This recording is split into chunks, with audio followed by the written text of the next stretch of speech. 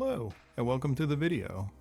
So recently I had a person request a tutorial on how I made the bases for my Eldar swooping hawks.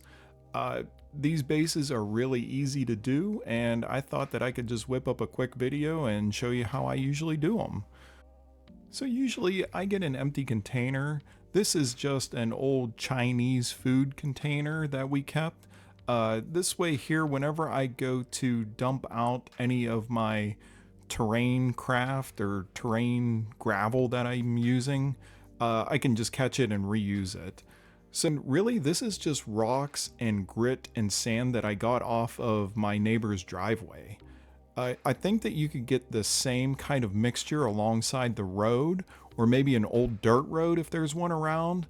But yeah, this is just kind of very small rocks and almost like a sand grit that's in here. But you know, it's free, so you can go out and gather up as much as you want. And it actually looks really cool whenever you put it down for terrain. So the way that I adhere it to my bases is I just use Elmer's glue, or any kind of PVA craft glue will work.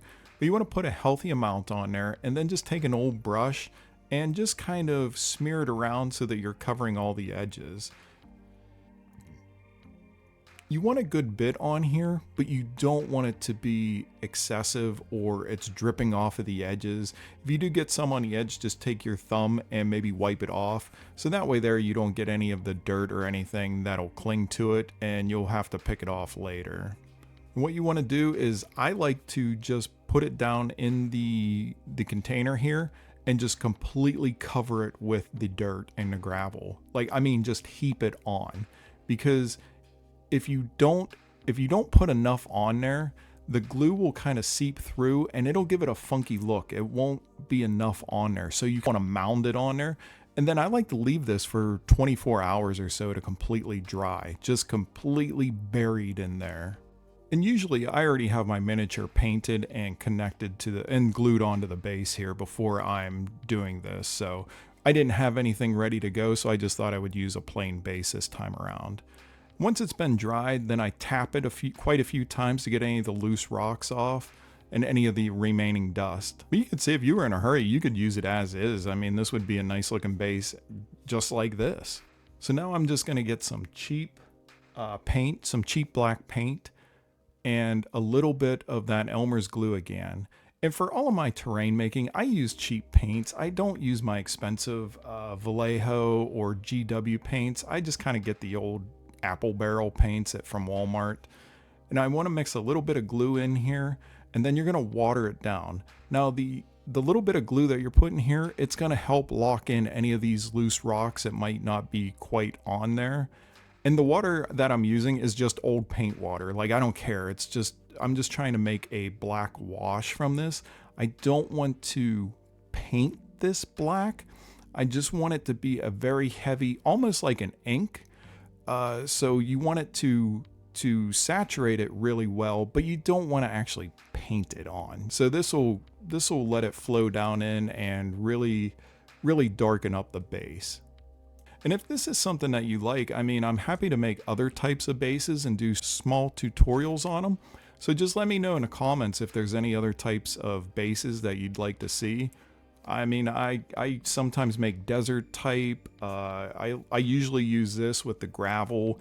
I like to make like muddy swamp looking ones. So yeah, if you have any suggestions or any requests, let me know in the comments. So now after you do this heavy wash on here, you're just going to let this set and dry.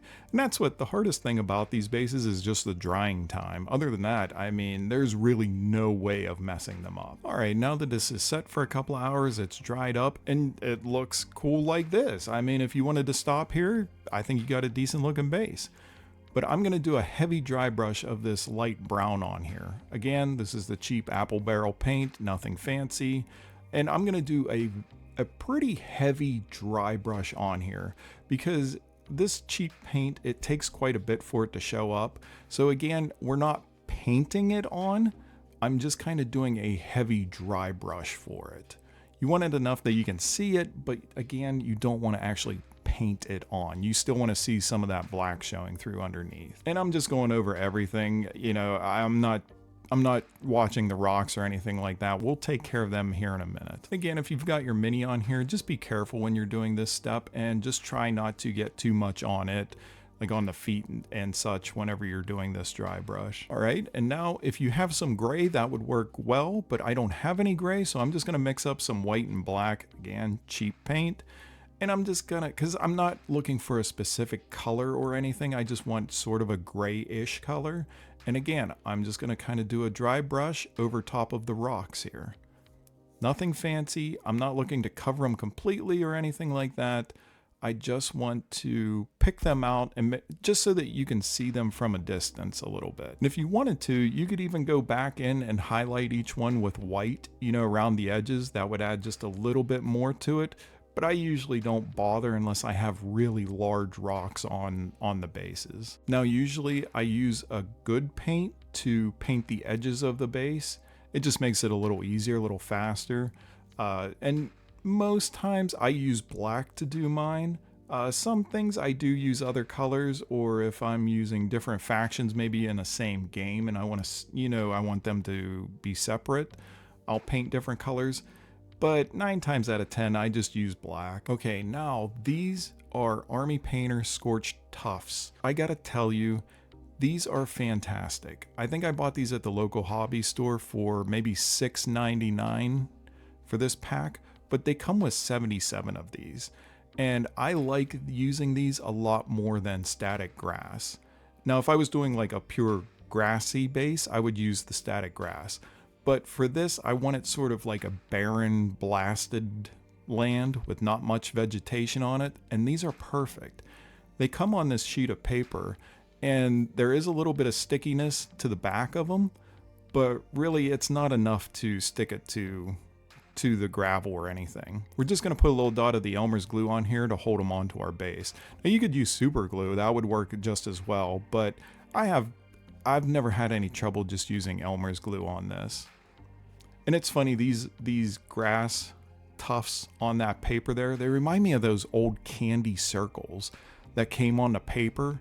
Whenever you would peel them off, like some of the paper would come with them, and the candy always tasted gross, but it was just something that we always got when we were kids. If you have trouble finding these, or you don't have a local game store close by, I'll put my Amazon affiliation link in the descriptions for you. Now, I do receive a small commission from anything purchased on those links, and as always, I highly recommend that you support your local gaming store if at all possible. So yeah, for this one here, I'm just gonna add a second one. It depends on the size of the base. Sometimes I'll use one, sometimes two, sometimes the bigger ones, sometimes the smaller ones. It's all on what you want.